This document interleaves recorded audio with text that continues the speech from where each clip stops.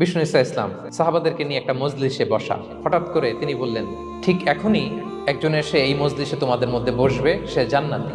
এটা শোনার পরে তো সব সাহাবারা নড়ে চড়ে বসলো, কিরে রাসূল সাল্লাল্লাহু আলাইহি ওয়াসাল্লাম একজনকে জান্নাতের অ্যানাউন্সমেন্ট দিচ্ছে, কে সে? তো দেখা গেল এক আনসারী সাহাবা প্রবেশ করেছে, তার জুতা দুইটাকে বগল দাবা করে, কিন্তু কেউ তারে চিনে না। তারা যে এক্সপেকটেশন করছিল যে খুব আল্লাহওয়ালা এমন কেউ আসবে, না, সাধারণ। সাহাবীরা অবাক, সবচেয়ে বেশি অবাক হয়েছেন আব্দুল্লাহ ইবনে আমর ইবনে আল-আস রাদিয়াল্লাহু তাআলা। তিনি অবাক হলেন, ঘটনা কি, তার গোপন রহস্য দেখি তো, খুঁজে বের করা যায় কিনা। তিনি ওই সাহাবীর বাড়িতে গেলেন, যে তখন তিনি বললেন, তিনটা ভরা মজলিসে বিষ্ণু ইসা ইসলাম তোমাকে জান্নাতি বলে ঘোষণা দিয়েছে। আমি দেখতে চেয়েছি যে তুমি কি আমল করো।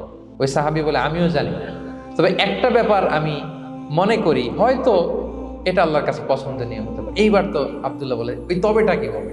যে আমি প্রতিদিন যখন রাতে বিছানায় ঘুমোতে যাই, আমি ঘুমোতে যাওয়ার আগে সবাইকে ক্ষমা করে তারপর বিছানায় যাই।